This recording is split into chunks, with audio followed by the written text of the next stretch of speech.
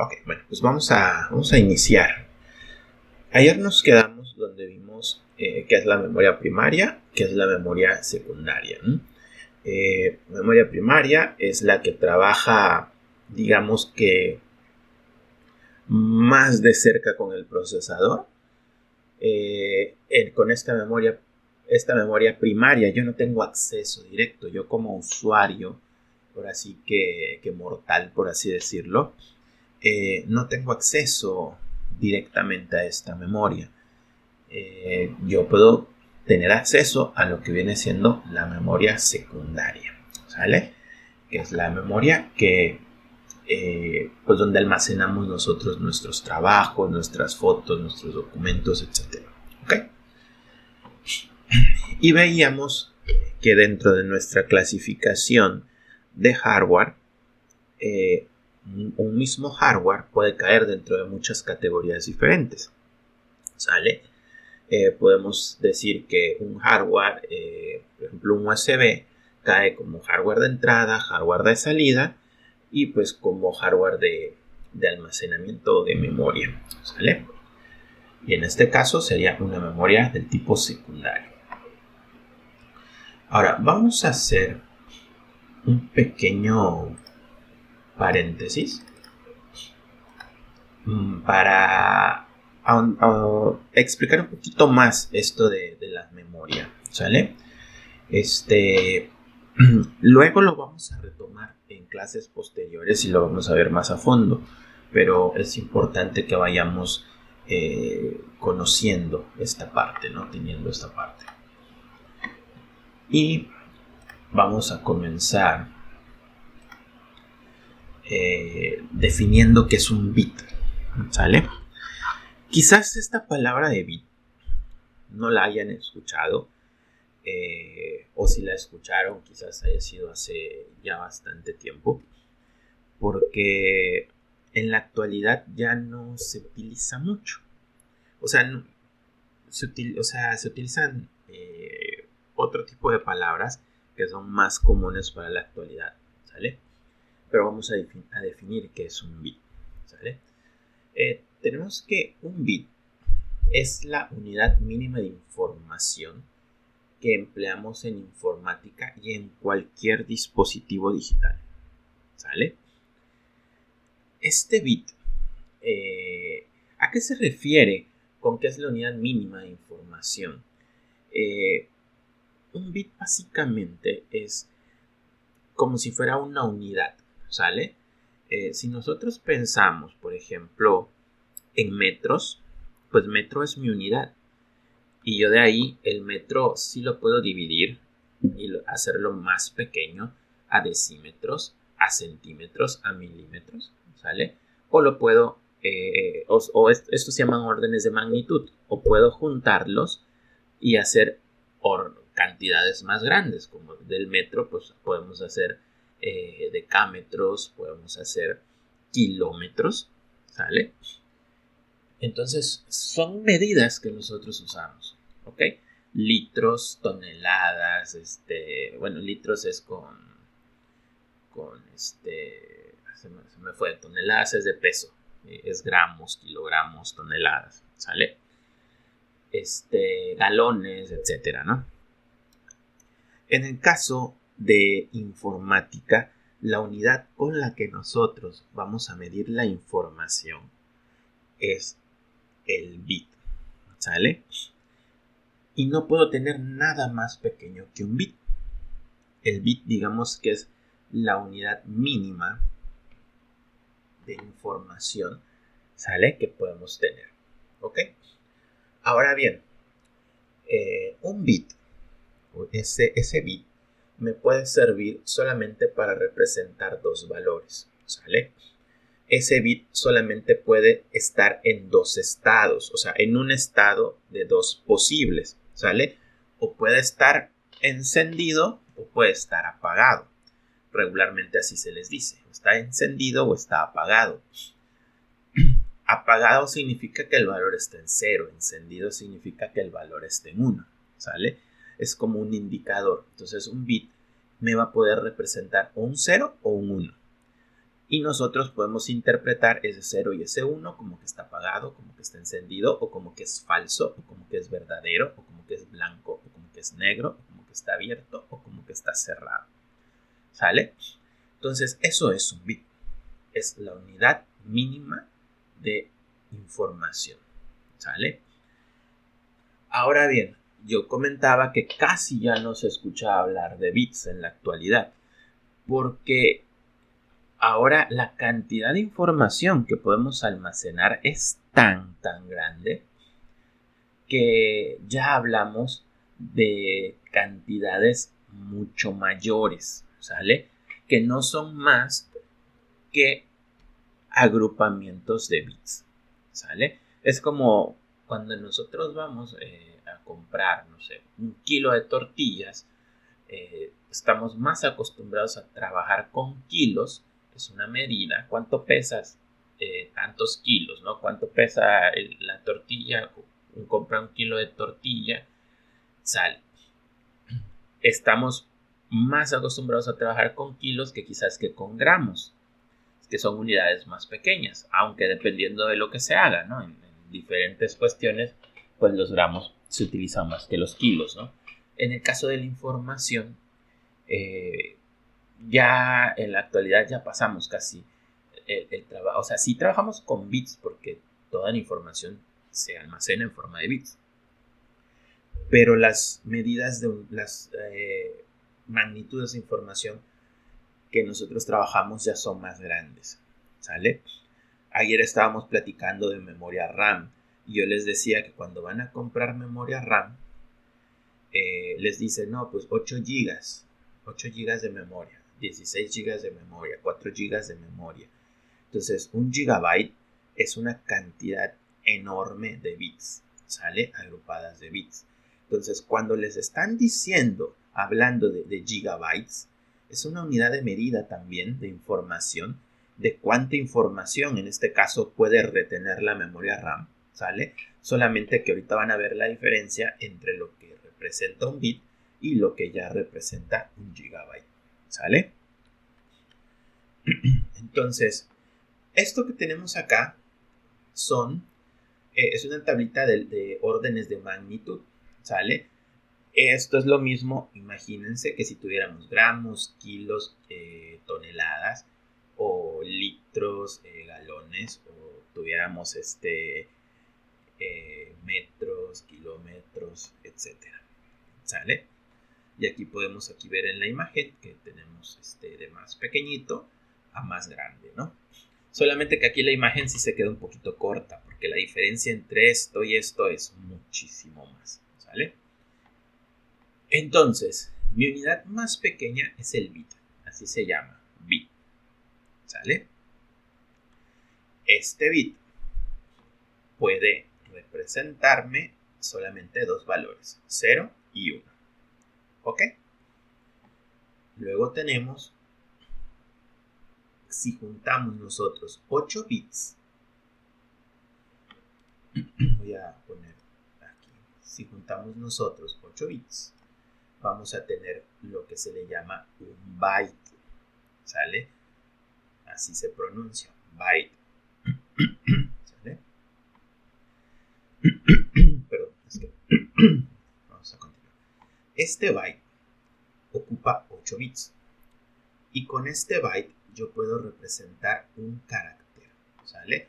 Esta palabrita carácter, apúntenla para que la agreguen a su glosario que les pedí ayer. No se limiten a las que yo les proporciono. Si ustedes tienen alguna duda de alguna otra palabra, díganme y lo vamos aclarando y la van apuntando también ahí en su glosario, ¿sale?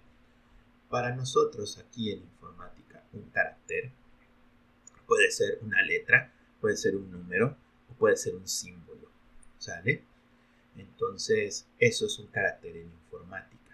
Entonces, si yo, por ejemplo, abro un archivo de texto, por ejemplo, el bloc de notas de Windows, por cada letra que yo vaya agregando o por cada espacio, por cada párrafo nuevo que yo vaya creando, cada uno de esos símbolos o de esos caracteres ocupan un byte, ¿sale? Entonces, si yo, por ejemplo, luego reviso el tamaño de ese documento, si tengo, no sé, 20 palabras, 20 letras con 5 espacios, voy a tener un tamaño de 25 bytes, ¿sale? Y si lo multiplicamos por 8, tendríamos unos 200 bits, ¿sale? Entonces, nada más para que nos vayamos dando una idea. Ahorita, pues, la verdad que un blog de notas, o sea, un archivo que ustedes guarden en su blog de notas, no les va a ocupar mucho espacio, o sea, pues, ínfimo a comparación de lo que nosotros tenemos en el disco duro, ¿sale? Ahora, si nosotros juntamos 1024 bytes, vamos a tener lo que se conoce como un kilobyte, ¿sale? Este kilobyte, digamos que un archivito de texto de blog de notas, o sea, un escrito no de 5 palabras, sino ya un escrito considerable, puede ocupar en promedio, dependiendo de la extensión, unos 20 kilobytes, ¿sale? Así se representa kilobytes, KB, ¿sale? Y, por ejemplo, esto lo multiplicaríamos por 1024 y luego para obtener cuántos bytes y luego por 8 para obtener cuántos bits, ¿sale? No se preocupen, nosotros no nos vamos a meter a hacer conversiones, solamente es para que se den una pequeña idea de cómo ha ido evolucionando y cuánto podemos almacenar de información, ¿sale? Ahora, si yo junto 1024 kilobytes, o sea, 1024 de estos, tengo lo que se conoce como un megabyte, ¿sale? Ahora, un megabyte quizás ya sea un poquito más reconocible, o sea, ya lo hayamos escuchado, porque hasta hace poco, por ejemplo, si ustedes compraban, no sé, si tienen un servicio de internet en su casa, por ejemplo, antes la velocidad te decían, y te damos 10 megas de velocidad, te damos 20 megas de velocidad, ¿sale? ¿Qué te están diciendo con 20 megas de velocidad? Que el canal de información de tu internet va a poder bajar hasta 20 megabytes por segundo, ¿sale? Cuando el internet aquí a Campeche llegó por primera vez, la velocidad de transmisión era en kilobytes. Te daban 32 kilobytes, ¿sale? O sea, no te daban ni un megabyte, ¿sale? Si por ejemplo tú querías descargar una canción, porque una canción regularmente, por muy poquito que pese, está como por ahí de los 3 megabytes. Puede ser más dependiendo de la calidad y de la duración, pero digamos 3 megabytes, ¿sale? Entonces, cuando tu velocidad de conexión estaba en kilobytes, pues te podrías tardar unas horas en poder descargar una canción. Ahorita si tú quieres descargar una canción, baja rapidísimo. De hecho, ustedes, no sé si alguno de ustedes tiene contratado Netflix o tiene contratado Amazon o tiene contratado alguno de los servicios de internet o entra a ver YouTube desde su televisión o desde su teléfono o incluso esto que ustedes están viendo ahorita, mi transmisión,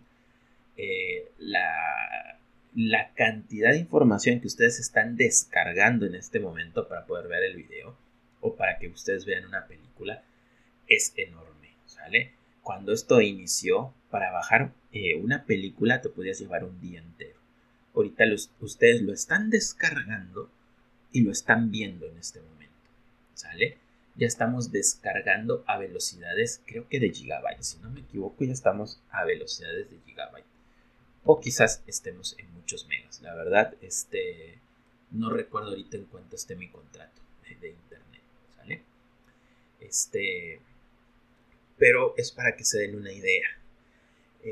Yo no sé si a ustedes les tocó conocer los disquetes.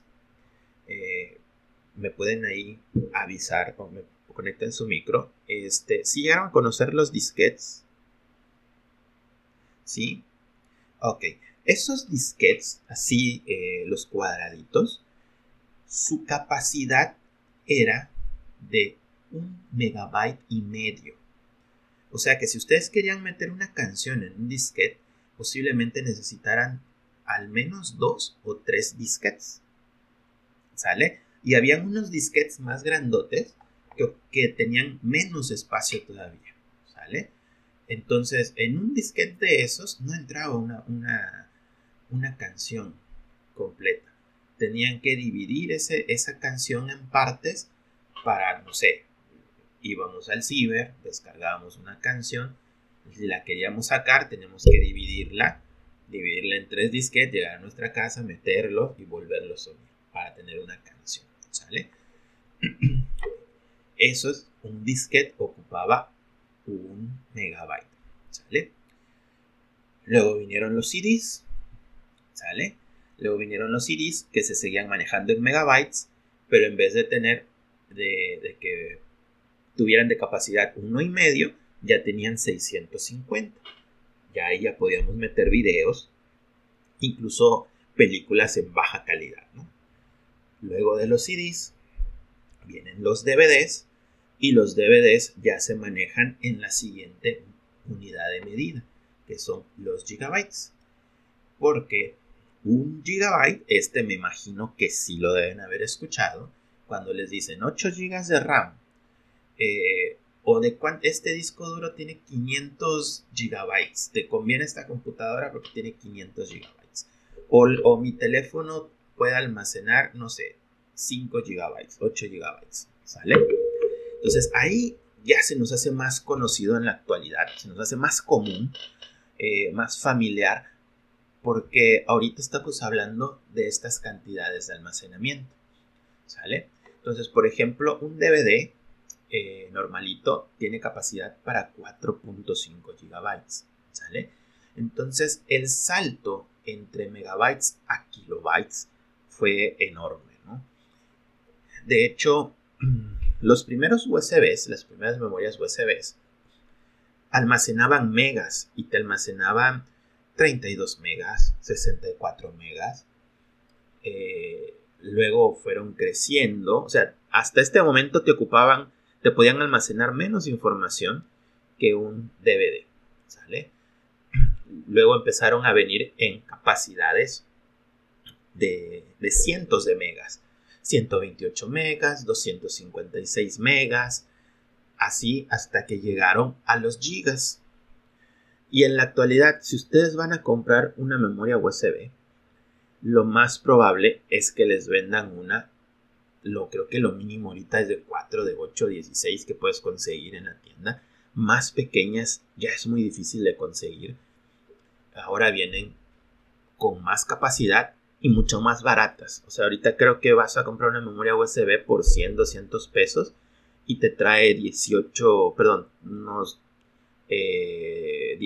gigabytes o 32 gigabytes. ¿Sale? Creo que la más estándar y más acorde a precio creo que es la de 16. No sé si la de 32 ya sea barato. Pero imagínense, con una de 16 pueden almacenar lo que ustedes pudieran almacenar en 4 DVDs aproximadamente. ¿Sale? Entonces, por ejemplo, un DVD, pues ahí entran películas, una película, 2 películas. Ustedes en su memoria USB pueden guardar películas, pueden guardar videos, pueden guardar fotos, ¿sale? Entonces, para que vean cómo nuestra memoria secundaria se ha ido abaratando, ¿sale? Y esto ya se empieza a escuchar mucho y en cuestión de unos años, créanme que va a ser el nuevo estándar.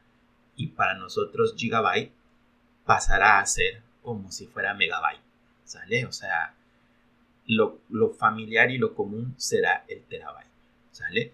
Si ustedes van a comprar un disco duro, lo más seguro es que ya vengan a partir de 1 terabyte, 2 terabytes, ¿sale? Y 1 terabyte es igual a 1024 gigabytes, ¿sale? Entonces, yo creo que esto va a ser lo más común en los siguientes años, ¿sale? Y de ahí, pues, hay mucho más, ¿no? Gigabyte, terabyte, petabyte, etcétera, ¿no? Pero, de momento, lo que ha salido digamos que, pues que suele ser más común encontrar en las tiendas, empieza a ser esto, ¿sale? Entonces, estos son lo que vienen siendo las magnitudes de información.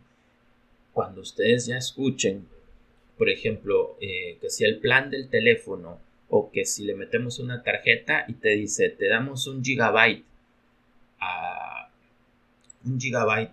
al mes o un gigabyte por 20 días, dependiendo del plan o de la tarjeta que ustedes compren, ustedes ya pueden ver, bueno, pues con un gigabyte, pues quizás me pueda yo ver, no sé, unas 3 películas y me voy a consumir el gigabyte. Pero pues puedo escuchar muchas canciones desde internet y me va a durar más, ¿no? Entonces, o puedo descargar imágenes, muchísimas imágenes, o navegar por internet. Entonces, ya la idea es ir familiarizándonos con estas unidades, ¿sale? Antes de que yo continúe, ¿alguna duda, alguna pregunta?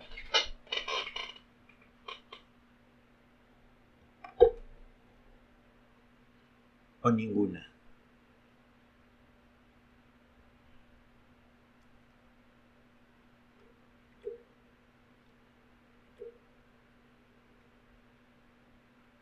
¿Todo bien? Ok. Bueno, entonces este fue un pequeño paréntesis en memoria. Lo vamos a continuar más adelante cuando pasemos a la parte ya de software, ¿sale? En archivos. Seguimos con nuestra clasificación. Tenemos por último el software de procesamiento, ¿sale?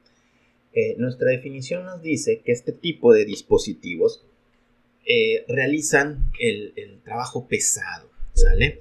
Por trabajo pesado nos referimos al procesamiento de los datos, ¿sale? Este tipo de dispositivos se encarga de procesar los datos que nosotros introducimos a la computadora, realiza ahora sí que los cálculos que tengan que realizarse y me van a proporcionar un resultado, ¿no? Por ejemplo, que si yo oprimo la tecla 5 en mi teclado, el teclado va a enviar la información, el procesador se va a encargar de hacer los cálculos, porque en realidad cuando oprimimos 5 nosotros no estamos mandando un 5, estamos mandando un pulso de información y el procesador lo va a decodificar y va a decir, ok, el usuario oprimió la tecla y tengo que mostrar el carácter número 5, ¿sale? El carácter 5. Entonces, todo esto se encarga el procesador, ¿sale? Y en sí, todos los dispositivos de procesamiento, ¿sale?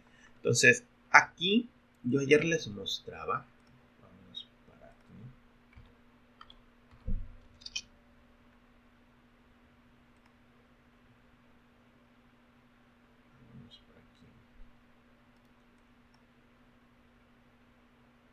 Ahí está. Estos son mis procesadores. Estos que tenemos aquí, estos cuadritos, ¿sale? Entonces, vamos a poner mejor procesadores para que nos salgan. Ahí está. Entonces, este cuadrito es el que se encarga, ¿sale? De realizar todos los procesamientos. Pero también esto que tenemos aquí, que es una tarjeta madre, así se llaman, una placa madre, o motherboard en inglés, más que esos serán pagados, ¿no? Entonces, aquí es donde va el procesador, aquí es donde van las memorias, donde va conectado todo el equipo de cómputo, ¿sale? Entonces, por ejemplo, aquí, esta es otra, vean. Hay bibliografías que también consideran lo que viene siendo la tarjeta madre y todo lo que está en ella, o sea, porque Aquí nosotros no lo vemos, pero hay unos canales que están marcados en la tarjeta. O sea, no es que nosotros los podamos manipular, sino ya vienen en la tarjeta, que se llaman buses. Se escribe B-U-S, bus, ¿sale? Entonces son canales por donde viaja la información, ¿sale? Entonces se considera a veces, dependiendo de la bibliografía, también como parte del hardware de procesamiento, ¿sale? Todo lo que tenga que ver con el procesamiento.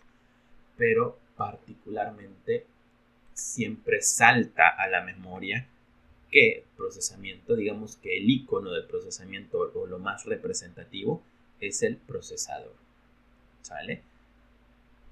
Los procesadores, ¿sale? Entonces, eso es mi hardware, perdón, de procesamiento.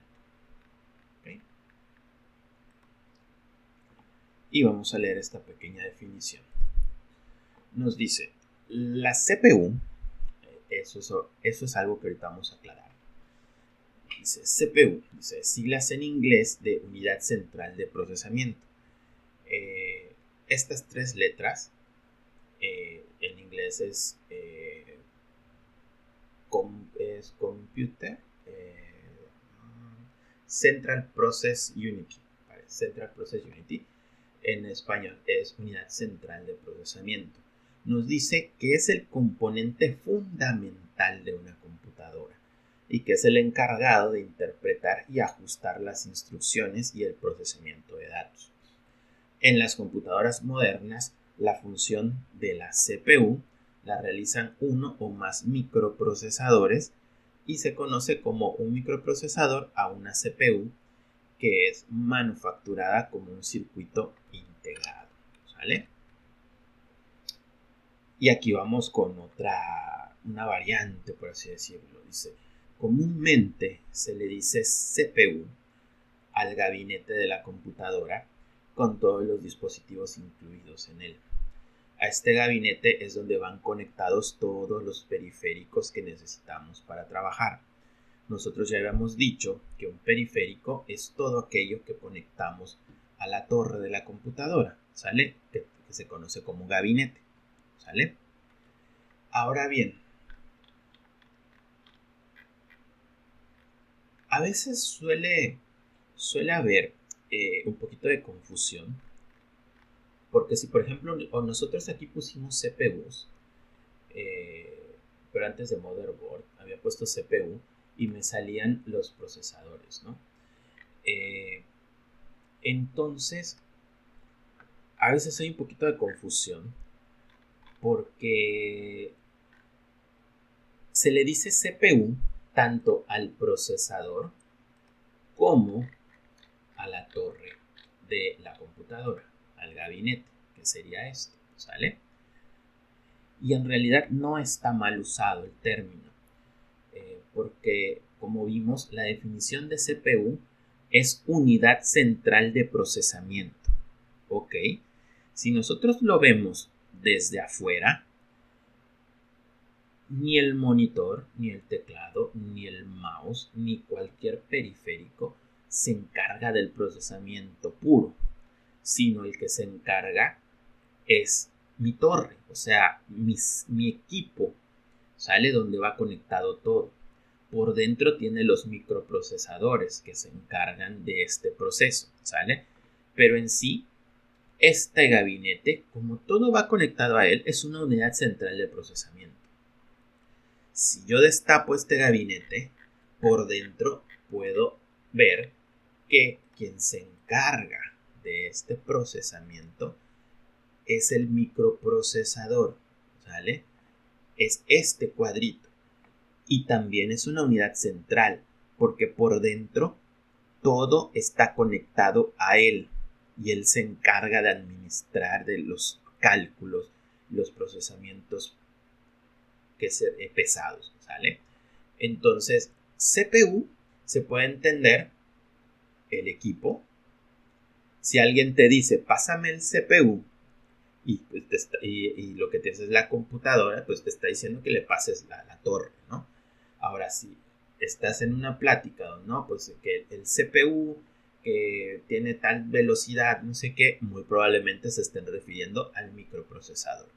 ¿Sale? Entonces nada más lo aclaro porque si les va a tocar escuchar CPU y digamos que es una unidad central de procesamiento,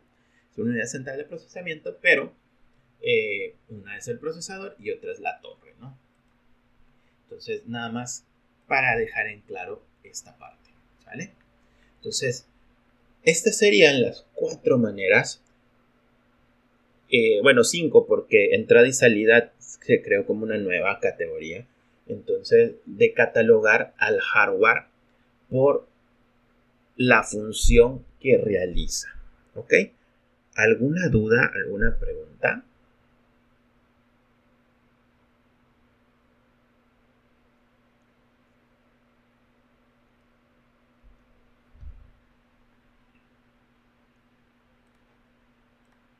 ¿O está comprendido?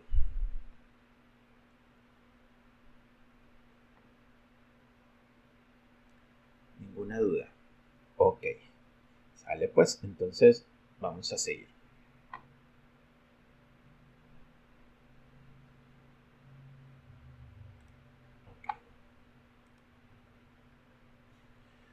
Ahora bien, había otra clasificación aquí arriba que era por si es indispensable o no es indispensable, ¿sale? Si es necesario o no. Y aquí pues mis divisiones son básico y y complementario, ¿no? Entonces, el hardware básico es el mínimo necesario para que la computadora funcione, ¿sale? ¿Qué necesito? Un teclado. Actualmente necesitamos el mouse, porque si no lo tenemos también marca ahí error. Necesitamos un monitor para poder ver lo que estamos haciendo y necesitamos el gabinete, pues con todo lo que está dentro, ¿no? O sea, un disco, el CPU, ¿sale? Vamos a dejarlo así, el gabinete, ¿sale? Entonces, vamos a ver. Aquí lo tenemos. Hardware básico está constituido por un medio de entrada, un medio de salida, mi CPU, que es mi gabinete, y un medio de almacenamiento, que es un disco duro, que en este caso está dentro del CPU, ¿sale? Este medio de almacenamiento,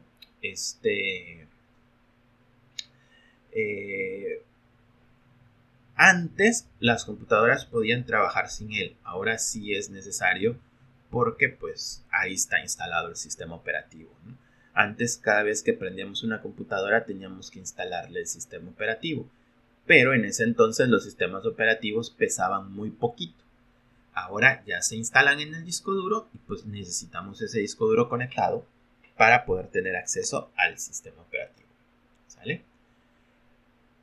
Y para terminar esta parte de hardware básico, decimos que una computadora actual, el hardware básico está constituido por un monitor, por un teclado, por un mouse y por un gabinete.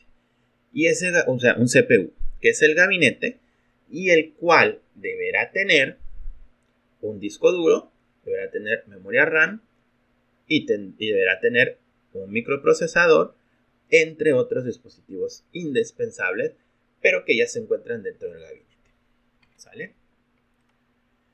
Y un hardware complementario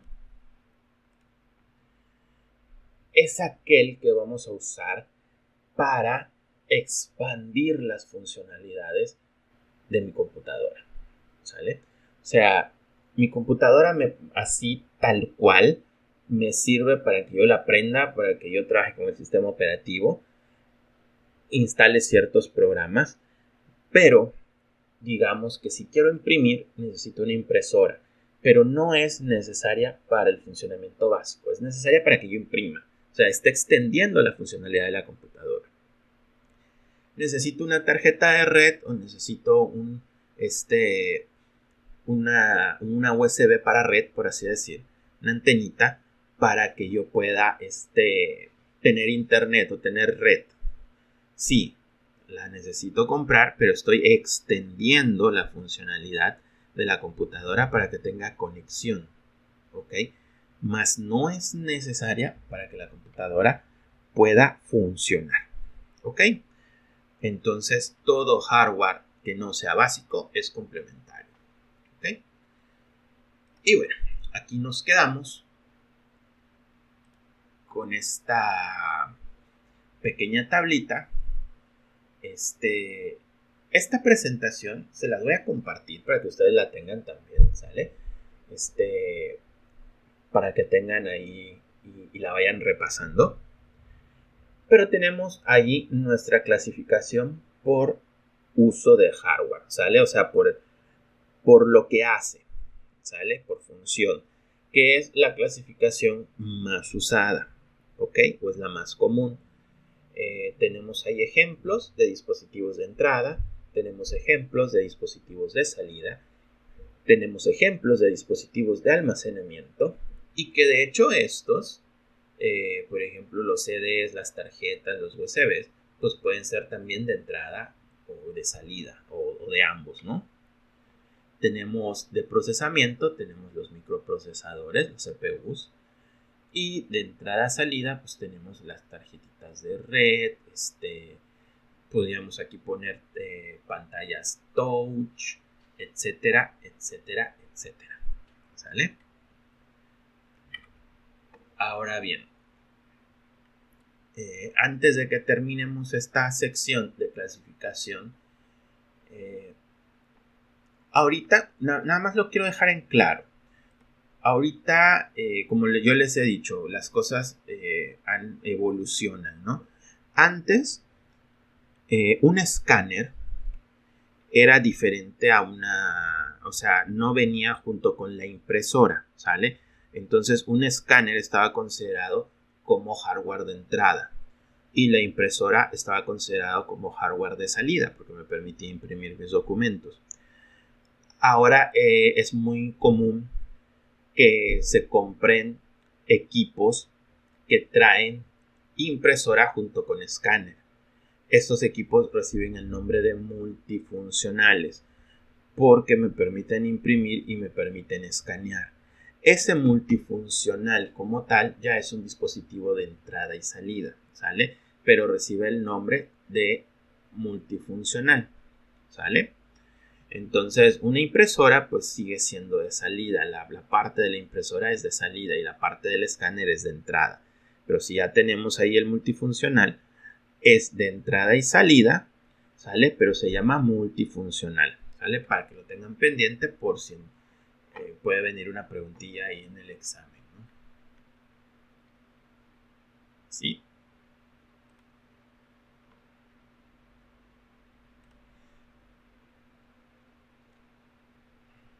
Sí, sí, de hecho lo voy a subir a Classroom y ya de ahí tú la puedes descargar y ya lo puedes imprimir. De nada. Ok, bueno. ¿Alguna otra preguntilla antes de que continuemos? ¿No? Bueno, seguimos.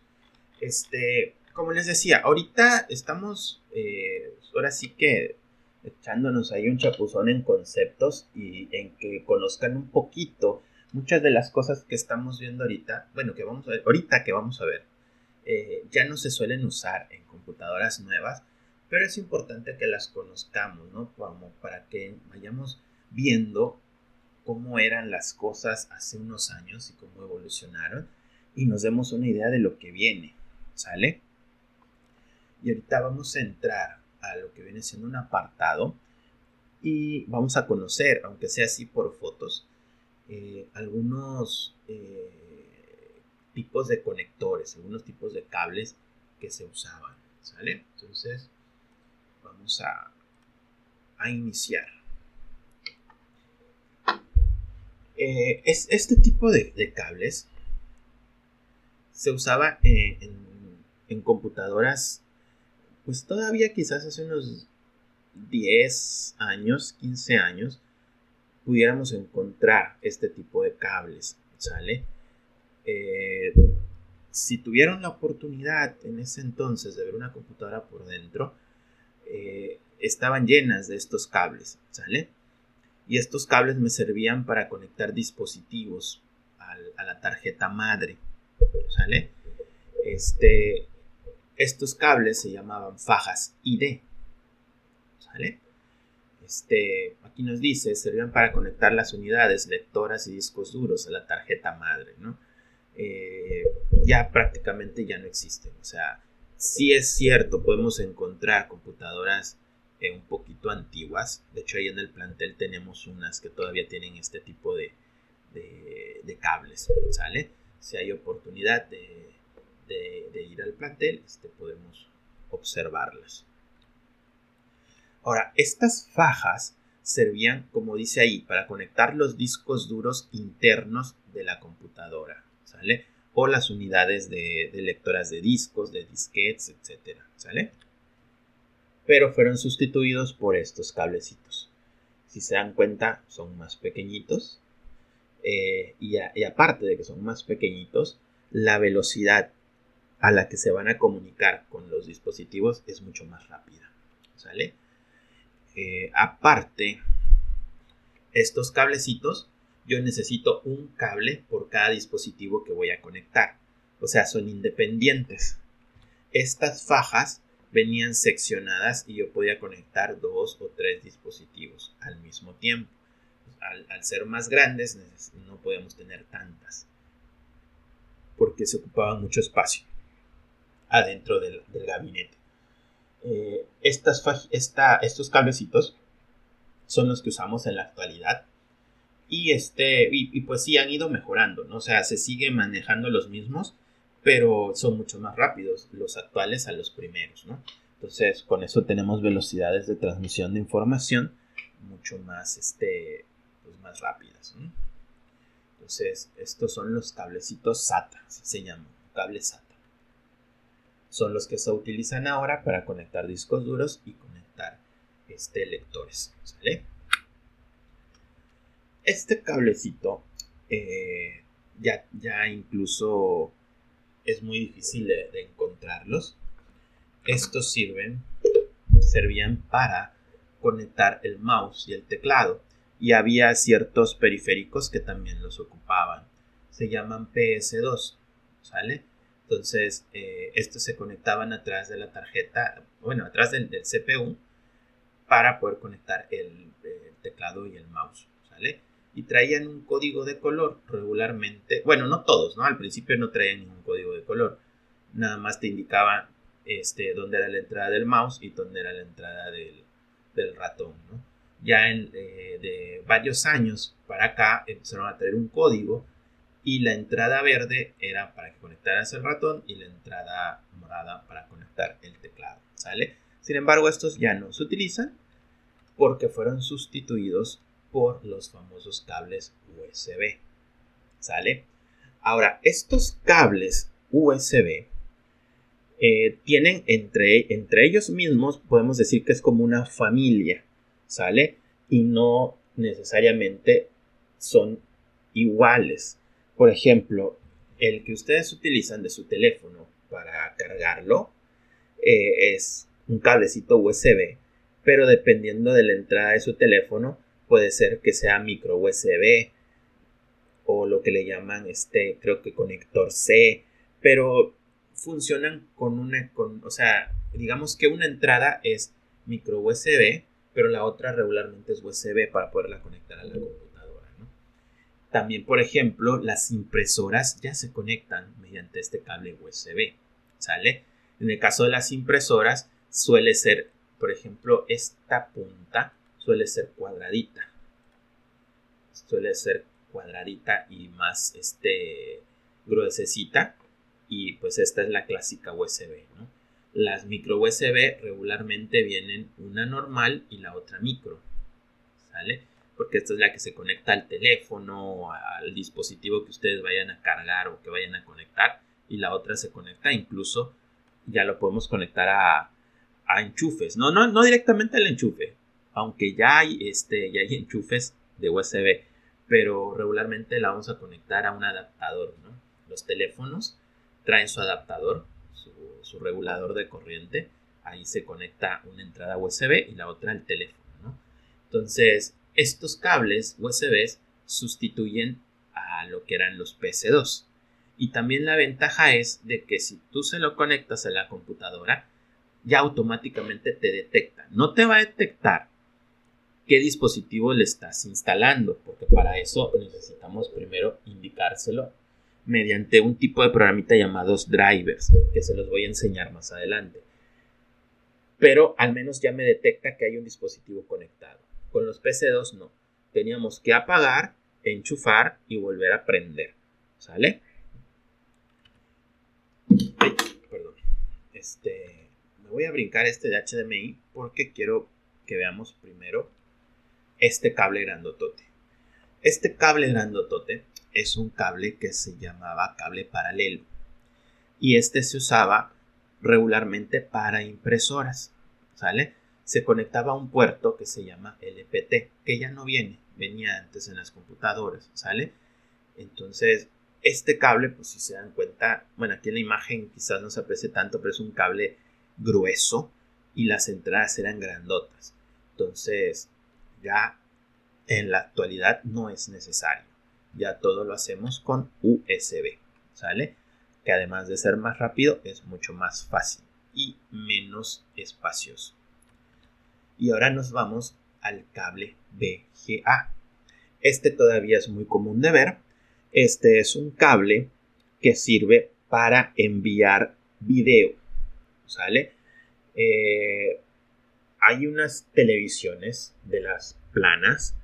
Creo que las más actuales ya no, pero todavía hace unos 10 años quizás, incluso menos, cuando empezaron a salir las televisiones de pantalla plana, uno podía conectar su computadora a la tele. O sea, de hecho todavía podemos conectar una computadora a la tele, pero ya no mediante este cable, ¿sale? Hubieron teles que empezaron a traer esta entrada, ¿sale? Entonces, regularmente sirve para conectar la computadora al monitor, pero les digo, hace unos años las televisiones empezaron a traer esta entrada y podías conectar tu computadora a tu televisión, ¿sale? Mediante este cable. ¿Qué significa que sea un cable de video? O sea, que transmita video. Que puede transmitir información de video, ¿sale? Suena redundante, pero en realidad pues, es lo que transmite información de video. Y ahorita van a ver cuál es la diferencia. Por ejemplo, tenemos este cablecito, que yo me imagino que sí lo han visto, sí o sí, que es el que utilizan, por ejemplo, para conectar micrófonos, para conectar bocinas, que es el que se conoce como jack de 3,5. Y este cable, a diferencia del VGA, que es para video, este cable es para audio. Entonces, con este ustedes pueden conectar una bocina, ¿sale? Para escuchar lo de su computadora, o incluso conectar alguna bocina a su teléfono, si es que su teléfono tiene esta entrada, ¿sale? Perdón, salida, porque vamos a sacar audio. Entonces, este cable transmite video, el VGA transmite imagen, ¿sale? Pero si ustedes están hablando o han escuchado de la alta definición, si por ejemplo tienen contratado algún servicio de cablevisión, por ejemplo, hay unas cajitas que son las que se conectan a la tele para poder recibir la señal de cablevisión, y a su tele se van a conectar mediante estos cables que se conocen como HDMI, ¿sale? Estos cables HDMI son cables que se utilizan para alta definición, ¿ok? Ahora las computadoras ya también se pueden conectar a las teles y a los monitores mediante cables HDMI. Ya no usamos directamente los VGAs. Sí se siguen usando, pero ya en menor medida, porque la calidad de video que puede transmitir un VGA es menor a las calidades de video que transmite un HDMI, ¿sale? El HDMI es para alta definición, ¿sale? Y a diferencia del VGA, este cable de HDMI puede transmitir video y también puede transmitir audio en alta definición, ¿sale? Entonces ya no necesitan un cable VGA y un cable de 3.5 para que ustedes, por ejemplo, puedan poner su computadora en su tele y ver una película, sino simplemente con un cable de HDMI, y además van a tener mejor calidad de video y mejor calidad de audio, ¿sale? Incluso ya los monitores, los más nuevos, ya regularmente no traen traen solamente entradas HDMI, ¿sale? Entonces, esto es lo que se utiliza para alta definición, ¿ok? Y pues tenemos estos cablecitos que son los que se suelen usar para conectar internet. Se llaman UTP, ¿sale? Son muy parecidos a los de teléfono, ¿sale? Entonces, de alguna u otra manera los deben estar usando, porque aunque ustedes tengan su internet inalámbrico, se utiliza un cable de estos para conectar al módem, ¿no? De la señal al módem. Entonces, se sigue usando, ¿no? Es un cablecito que se llama UTP, ¿sale? ¿Conocían alguno de estos cables? ¿Me pueden ahí decir? ¿Han conocido alguno de estos? ¿Cuáles?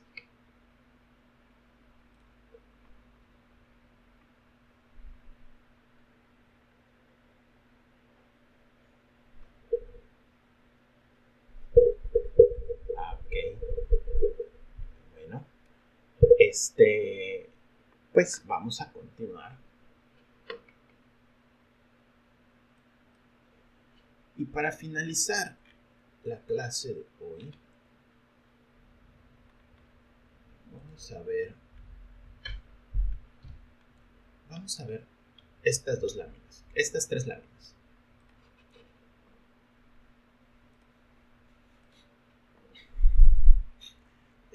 En la segunda unidad vamos a ver más profundo sobre medidas de seguridad e higiene, ¿sale? Ahorita las voy a comentar. Posiblemente no sean las únicas, haya más cosas que nosotros podamos seguir, ¿no? Pero en este pequeño cuadrito que les hice, tenemos medidas de seguridad que podemos usar antes y durante la instalación del equipo de cómputo, y medidas de seguridad que podemos usar en el uso, o sea, ya que instalamos y estamos usando, medidas de seguridad que usamos en el uso. Medidas de higiene, igual, durante la instalación y antes de la instalación, y luego medidas de seguridad que debemos de higiene que debemos de continuar, ¿sale? Usando. Entonces comenzamos aquí, ¿sale? Instalar el equipo de cómputo sobre un mobiliario adecuado. Cuando vayan a instalar una computadora, o si van a trabajar con una laptop, fíjense que el lugar donde están trabajando sea el adecuado para la computadora. De preferencia que sea una mesa plana, ¿sale? Para que evite tapar salidas de aire, ¿no?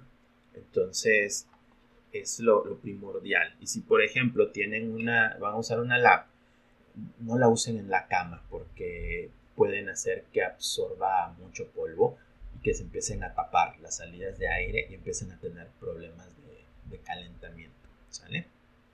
Entonces es mejor usarla o instalar la computadora sobre una superficie plana. Y aquí estamos con esto, instalar el equipo de cómputo en un lugar ventilado y libre de humedad. Aquí en Campeche tenemos mucha humedad, no vamos a poder escaparnos de eso, pero eviten dejarlo en espacios donde haya más humedad de lo habitual, ¿sale?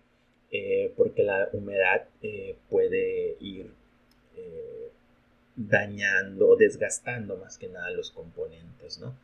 Y traten de que la computadora la tengan en un lugar ventilado. ¿A qué me refiero con ventilado? Que sea un mueble que les deje espacio a los lados donde están las salidas de aire, ¿sale? y eviten ponerle cosas encima para no tapar las salidas que se encuentran arriba, ¿no? Asegurarse de que la instalación eléctrica sea la adecuada.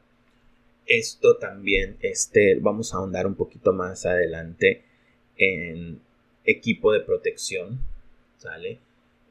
Eléctrico, pero al menos asegúrense que no esté sobrecargada la línea, ¿no?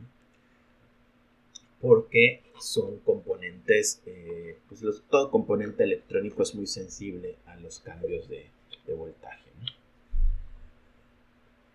Y aquí es donde viene, ¿no? Utilizar un equipo de protección contra variaciones de corriente. Debería de ser lo mínimo que usemos, ¿no? Digamos, puede ser que ustedes se pasen toda la vida de la computadora conectada directa a la corriente sin ningún equipo de protección y la computadora nunca les falle, ¿no? Pero se puede dar el caso de que haya desgaste y que falle debido a eso, ¿no? O que acortemos la vida de la computadora.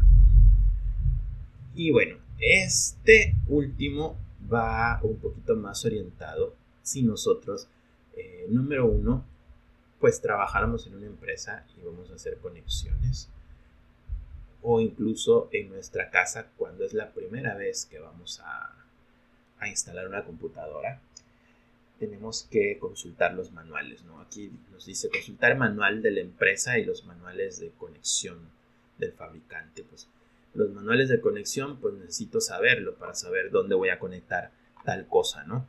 Obviamente, si ustedes ya conectaron muchas computadoras y ya se lo saben de memoria, pues tampoco es como que sea muy necesario, salvo que sean equipos que ustedes pues no dominen todavía, ¿no?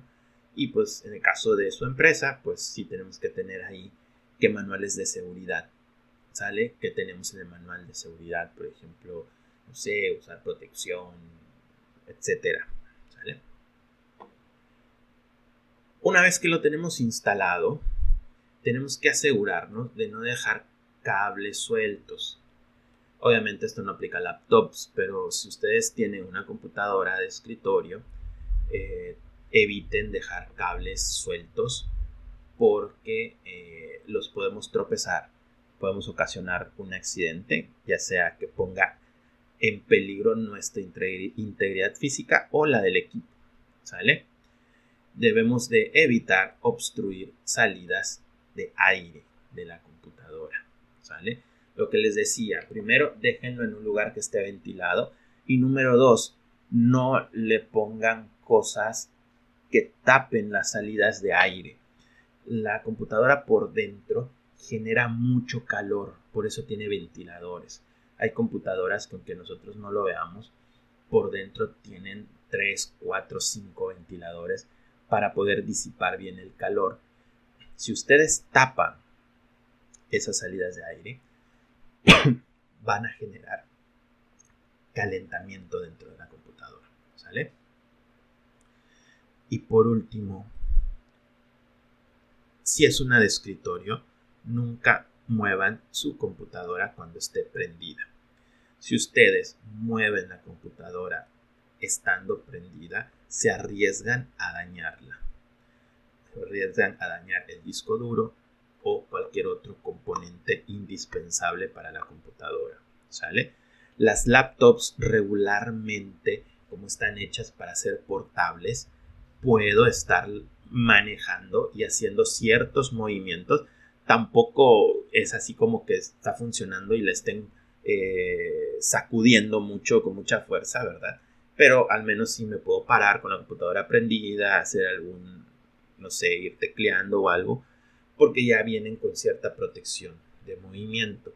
Pero una de escritorio, eviten moverla, ¿sale?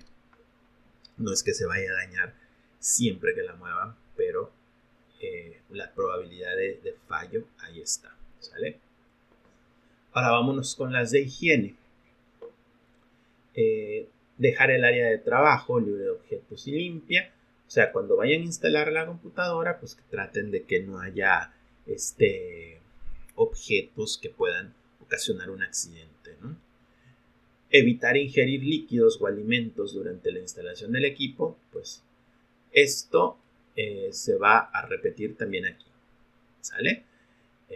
Créanme, he visto accidentes de refresco sobre teclados, que afortunadamente no ocasionaron percances mayores, pero que pueden ocasionar fallas de teclados, fallas de CPUs, o incluso sobre todo una laptop, ¿no? Que son más, ahí sí son más, como está todo, si se te cae un líquido sobre una laptop, pues es más riesgoso que se te caiga sobre tu teclado de una de escritorio, ¿no? Y bueno, esto es propio de una empresa, ¿no? Consultar manuales de higiene de la empresa. Y esto es muy importante porque me tocó darle clases una vez a una persona que trabajaba en una institución de gobierno. Y ella me decía, no, es que nosotros no tenemos manual de seguridad. Allá en la empresa, manual de higiene. Dice, no seguimos. Y un día llega y me dice, oye, profe, pues fíjese que estábamos con unas carnitas ahí en el escritorio de un compañero y que se cae la Coca-Cola encima y le cae a toda la computadora. Y ahí nos metimos en un lío porque pero pues no tenían un manual. Pues el manual de higiene no se permiten alimentos y bebidas en el área de trabajo, ¿no? Entonces, pero bueno, ahí aprendieron a la mala y pues creo que a partir de ahí les prohibieron las comidas, ¿no?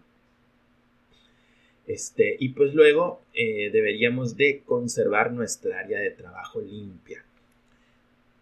Un equipo de cómputo, como yo les digo, tiene salidas de aire, ¿sale?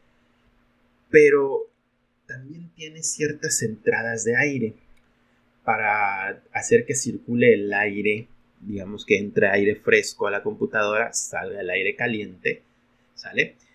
Y al tener entradas de aire, pues absorben polvo, ¿ok? Entonces, lo ideal es tener nuestra área de trabajo limpia, porque mientras más limpia esté, menos polvo entrará dentro de la computadora, ¿sale? Y aquí derivamos a esto último, darle limpieza interna al equipo de cómputo de manera periódica. Si ustedes no lo saben hacer, sería bueno que la metieran en algún tipo de servicio de limpieza, o si conocen a alguien que les apoye, al menos, no sé, de manera periódica, pero pues igual cada 6 meses. Si tengo que pagar por el servicio, igual es cada 6 meses, cada año, pero sí darle una limpieza interna, porque como les digo, o sea, sí es cierto, si tratamos de conservar el área limpia, la cantidad de polvo que absorber es menor, pero aún así absorbe polvo. Y pues a mí me ha tocado ver computadoras por dentro que están, no sé, lo que vienen siendo las bolitas de polvo, o sea, ya está. Y si hay humedad, ese polvo se humedece y luego se pone duro, ¿no? Entonces, todo eso va ocasionando desgaste. Entonces, lo ideal es darle una limpieza a su computadora de manera regular, o al menos una vez cada 6 meses, cada año, para evitar estos problemas, ¿no? Ha habido computadoras, no, a mí no me consta, pero he trabajado con personas que se dedican a limpieza de equipo, que a veces me dicen que encuentran animales muertos, ¿no? Carachas, iguanitas, incluso creo que hasta ratones han encontrado, ¿no? Entonces, igual, si la tienen en el piso, pues es más propenso a esto, ¿no? Entonces, hay que darle su mantenimiento para evitarnos problemas, ¿no? Vámonos con lo último. Secuencias de cómo debemos de encender una computadora y cómo debemos de apagarla, ¿no? Esta es una secuencia propuesta. Las bibliografías así lo proponen. Y es la siguiente, que debemos, primero, antes que nada, verificar que todo mi equipo se encuentre conectado de manera correcta, ¿sale? Quizás, pues si es computadora de su casa, es muy difícil que esto vaya a cambiar. O sea, que alguien les vaya a mover la conexión, pero en oficinas sí me ha tocado verlo. Yo antes trabajaba como soporte ya había varios años, estuve trabajando como soporte de técnico en computadoras. Entonces, pues me llamaban los usuarios, oiga, es que mi computadora no está funcionando, mi monitor no se ve. Entonces llegaba yo a revisar y era que el monitor, el cable del monitor se había zafado un poquito, ¿sale? ¿Quién sabe por qué? Pues a lo mejor alguien se lo quitó, o a lo mejor alguien, o a lo mejor el movimiento, o sea, el uso y todo, se desajustaba un poquito el cable, ¿no? Entonces, cosillas así mínimas que eran nada más apretar la conexión y funcionaba. O de repente que prendían la computadora y no funciona mi mouse. ¿Y qué es lo que sucedía? Que el mouse lo habían desconectado, ¿no? Que el vecino necesitaba un mouse y se lo desconectó, y cuando se lo devolvió, obviamente sin avisarle, no lo conectó, ¿no? Entonces, cosillas así, que a veces es bueno fijarnos bien, porque si prendemos la computadora y digamos que, por ejemplo, no se encuentra algún equipo conectado, pues a veces no va a arrancar bien, a veces arranca, pero la tengo que apagar con un apagado, digamos que duro, así le vamos a llamar, un apagado duro, que es con el botón, es un hard reset. Entonces, pues mejor verificar al principio, ¿no? El paso número 2 sería encender el monitor del equipo de cómputo y por último oprimir el botón de encendido. Ojo, esto es para computadoras de escritorio. Una laptop nomás le das al botón y no tienes que verificar que haya nada conectado porque todo está ahí, ¿sale? ¿Por qué emprendemos el monitor antes de la computadora? Para poder ver y poder cerciorarnos que la computadora inicie bien. A veces sucede que hay algún error al inicio, y si yo tengo el monitor apagado, pues no me voy a dar cuenta de los mensajes que me manda la computadora, ¿sale? Entonces lo ideal es primero encender el monitor, por cualquier posible fallo, mensaje de error, yo lo pueda visualizar en tiempo y forma, ¿sale? ¿Cómo apagar la computadora? Número 1, cerrar todos los programas que estemos usando y guardar todos los archivos con los que hayamos trabajado, ¿sale? Porque aunque actualmente la computadora me pregunta si quiero guardar o no, antes no lo hacía y podía yo perder trabajo. De todas maneras, es mejor cerciorarnos que todo esté apagado, o sea, todo esté cerrado antes de apagar, perdón, para que el apagado sea más fluido. Número 2, tenemos que irnos. ¿Cómo vamos a apagar? Pues vamos a apagar de la siguiente manera. Vamos a irnos al botón aquí de inicio, le vamos a dar clic a inicio apagado y le vamos a dar clic en apagar, ¿sale? No lo voy a hacer ahorita porque si no, no voy a hacer que yo lo apague sin querer, ¿sale? Ese es el método correcto de apagar, ¿sale? No con el botón, no cortando la corriente, porque pueden echar a perder la computadora, ¿sale? Tenemos que esperar a que el equipo se apague por completo, ¿sale? Y por último apagamos el monitor y todo lo que hayamos usado, ¿sale? ¿Por qué tengo que esperar a que se apague el equipo antes de apagar el monitor? Pues obviamente tengo que ver dónde voy a dar el clic, el botón, ¿verdad? Pero sucede que muchas veces con la prisa le damos a apagar y antes de cerciorarnos que se apague, le damos clic al botón del monitor, lo apagamos, nos vamos. Puede ser que nos vayamos, que quizás sea el mejor de los casos, pero imagínense que si han usado computadora, en algún momento les debe haber tocado las actualizaciones de Windows. Si ustedes le dan clic en apagar y se empiezan a actualizar, se empiezan a instalar las actualizaciones y no se dan cuenta ustedes, apagan el monitor. Si se van, pues lo más que va a pasar es de que se van a seguir instalando y quizás solito se apague la computadora, o puede ser que se apague y se reinicie y cuando la vuelvan a agarrar esté prendida. Pero si tienen su equipo de protección y bajan la pastilla del equipo de protección, van a apagar de golpe la computadora y la pueden dañar. Entonces es mejor esperarnos a cerciorarnos que la computadora esté apagada, y ya que veamos que está apagada, apagamos el monitor, apagamos todo el equipo, incluido el equipo de protección. ¿Sale? Entonces, ese es el orden de encendido y de apagado de un equipo, y es el por qué se suele usar de esa manera. ¿Sale? Antes de que finalicemos, ¿alguna duda? ¿Alguna pregunta?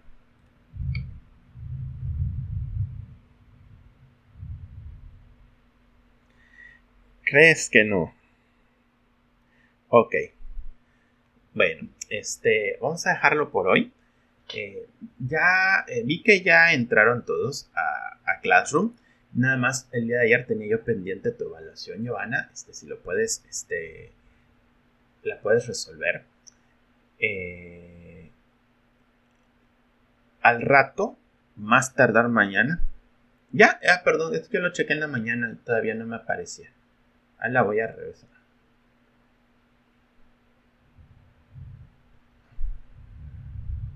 Ok. Bueno, entonces fue ayer que lo revisé. Ya ando medio perdido en tiempos. Al rato debo de subir el video. Si no lo puedo subir al rato, lo subo mañana. Este video, el de la clase de hoy. Y les voy a compartir la presentación para que la tengan, ¿sale? Mañana vamos a ver mouse, teclado y ya entramos a software, ¿sale? Ya entrando en software. Mañana vamos a ver mouse, vamos a ver teclado, pero desde la parte de hardware. Ya cuando estemos en software, ya les voy a enseñar qué configuraciones podemos hacer con cada uno de ellos, ¿sale? Con el monitor, con el teclado, con el mouse, ¿sale? Entonces, pues nos vemos mañana. Voy a detener la grabación